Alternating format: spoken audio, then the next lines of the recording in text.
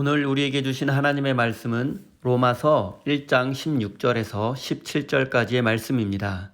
다 같이 화면을 보시면서 함께 읽겠습니다.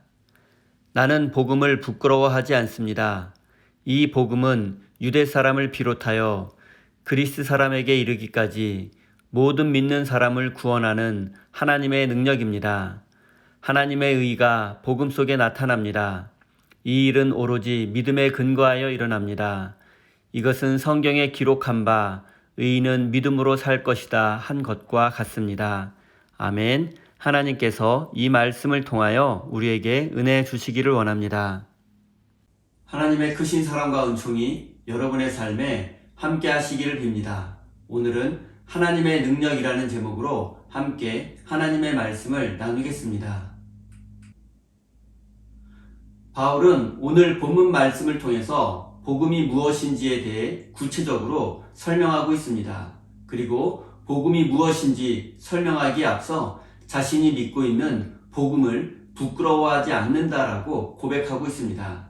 왜냐하면 바울 당시에는 예수 그리스도의 복음을 부끄러워하는 사람들이 많이 있었기 때문입니다. 바울 당시의 사람들이 믿고 있었던 복음은 로마 황제의 복음, 아우구스투스의 복음이었습니다. 황제의 복음에 대해서 간단히 소개하겠습니다. 로마 제국은 지중해 전역과 북아프리카 그리고 유럽 전체와 터키, 그리스 지역 그리고 팔레스타인 지역에 걸친 광활한 영토를 소유하고 있었습니다. 그리고 로마 제국의 국경 지대에는 전쟁이 끊이지 않았습니다. 그런데 율리우스 카이사르와 아우구스투스 황제가 모든 국경 지대에서 전쟁을 승리로 이끌었고 로마 제국의 전쟁이 멈추었고 평화를 누릴 수 있게 되었습니다. 그래서 당시 사람들은 아우구스투스 황제를 복음의 시작이라고 불렀습니다. 로마 사람들에게 복음은 바로 황제였던 것입니다. 황제의 복음은 힘이 있었고 능력이 있었고 자랑스러운 복음이었습니다. 그러나 황제의 복음과 예수 그리스도의 복음을 비교해보면 예수님의 복음은 자랑할 것이 없고 초라하고 부끄러운 복음이었습니다. 바울이 전한 예수의 복음은 부끄러운 것이기도 했지만 비상식적인 것이라서 사람들이 이해하기도 어려웠고 믿지도 않았습니다. 하나님의 아들이 로마 식민지 베들레헴이라는 가난한 동네에서 인간의 몸을 입고 태어났는데 그를 믿으면 모두 죄사함을 받고 구원을 받을 수 있다. 심지어 그는 목수 출신이었고 로마 법을 어겨서 십자가에서 처형당하기까지 했습니다. 그런데 그가 바로 오실 메시아 그리스도라는 주장을 사람들은 믿을 수 없었습니다. 로마 사람들은 이것을 믿는 사람들은 어리석은 사람이라고 생각했습니다.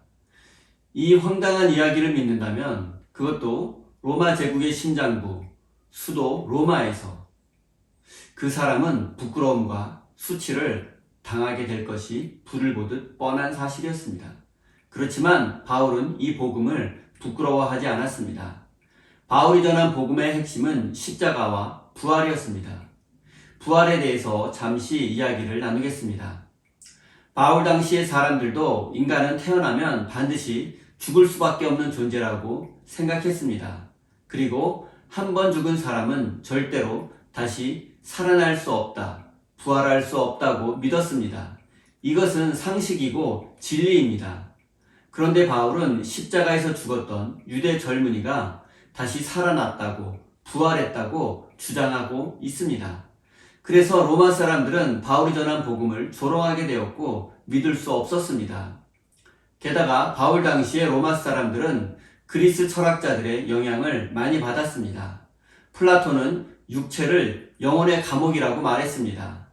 인간의 고귀한 영혼은 이 세상에서 살아가는 동안 육체라는 감옥에 갇혀 지내게 되지만 육체의 죽음을 통해서 영원히 참된 자유를 얻게 된다고 생각했습니다. 그런데 예수님의 부활은 영혼의 부활일 뿐 아니라 육체까지도 포함한 부활이었습니다. 그러니까 그리스 로마 사람들이 생각하기에 육체를 입고 부활한 예수는 여전히 육체라는 영혼의 감옥으로부터 해방받지 못한 존재로 생각하게 되었습니다. 예수가 부활했다는 얘기도 믿을 수 없는데 육체를 입고 부활했다고 하니 그리스 로마 사람들은 바울이 전한 복음을 믿지 않았고 믿는 사람들은 부끄러움과 수치를 당하게 되었습니다. 그러나 로마 사람들이 알지 못했던 사실이 있습니다. 그것은 바로 그들이 부끄럽게 여겼던 그 예수의 복음은 모든 믿는 자들에게 구원을 주시는 하나님의 능력이라는 사실입니다. 이제 우리에게 구원을 주시는 하나님의 능력이 어떤 것인지, 그리고 어떻게 하면 죄와 싸워서 이길 수 있는지에 대해서 살펴보겠습니다. 바울이 복음을 부끄러워하지 않았던 이유는 십자가의 복음에는 믿는 자에게 구원을 주시는 하나님의 능력이 있기 때문입니다. 여기서 능력이라는 단어가 중요합니다. 헬라어로 두나미스인데 다이너마이트도 여기에서 파생된 단어입니다. 느낌이 오시겠지만 아주 강력한 힘을 의미하는 단어입니다. 연약한 것, 힘이 없는 것, 무능력과는 반대되는 단어입니다. 그러니까 우리에게 구원을 주시는 하나님의 능력은 대단히 강력하다는 것을 의미합니다. 구원을 주시는 하나님의 능력이 대단히 강력해야 하는 이유가 있습니다. 그것은 죄와 싸워서 이겨야 하기 때문입니다. 하나님의 능력은 우리가 죄와 싸워서 이기게 하는 힘이 있습니다. 죄와 싸워서 이겨야지만 구원의 완성을 향해서 믿음의 삶을 살아갈 수 있기 때문입니다. 우리가 하나님의 능력으로 싸워서 이겨야 하는 죄는 무엇인지 생각해 보겠습니다. 성경이 말하는 죄, 특별히 바울이 로마서에서 말하는 죄는 어떤 윤리적이고 법률적인 죄를 의미하지 않습니다. 로마서에서 말하는 죄는 어떤 존재나 능력과 같은 것입니다. 죄라는 존재, 죄라는 능력이 사람들을 붙잡고 있는 것입니다. 그래서 죄의 능력에 붙잡힌 사람들은 죄의 종, 죄의 노예가 되어서 살아갈 수밖에 없습니다. 그리고 죄라는 존재는 강력한 능력을 가지고 있어서 사람들의 힘으로는 죄의 강력한 능력을 이길 수 없습니다. 물리칠 수가 없습니다. 아무리 인격이 훌륭하고 배운 것이 많고 큰 권력을 가지고 있어도 죄의 권세를 이길 수는 없습니다. 사실 이런 것을 많이 소유하면 소유할수록 죄의 유혹에 더 많이 노출되고 죄의 노예가 되기가 더 쉽습니다. 한번 죄의 노예가 되면 누구도 스스로의 힘으로는 그 상태에서 벗어날 수 없습니다. 죄보다 더 큰 능력이 도와주어야만 합니다. 더 큰 능력이 나를 대신해서 죄와 싸워 주어야만 합니다. 그리고 이 죄보다 더 강한 능력, 나를 대신해서 죄와 싸워 이길 수 있는 능력이 있다면 그 능력은 우리에게 구원을 줄 수 있습니다. 그리고 바울은 그 능력이 바로 하나님의 능력이라고 말하고 있습니다.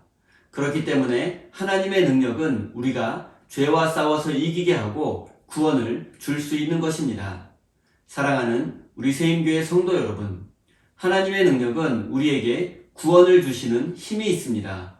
죄와 싸워서 이기게 하시는 하나님의 능력을 통해서 하나님의 구원을 완성해 가시는 거룩한 믿음의 사람이 되시기를 예수님의 이름으로 축원드립니다. 우리 다 함께 주신 말씀 가슴에 새기며 기도의 자리로 나아가겠습니다.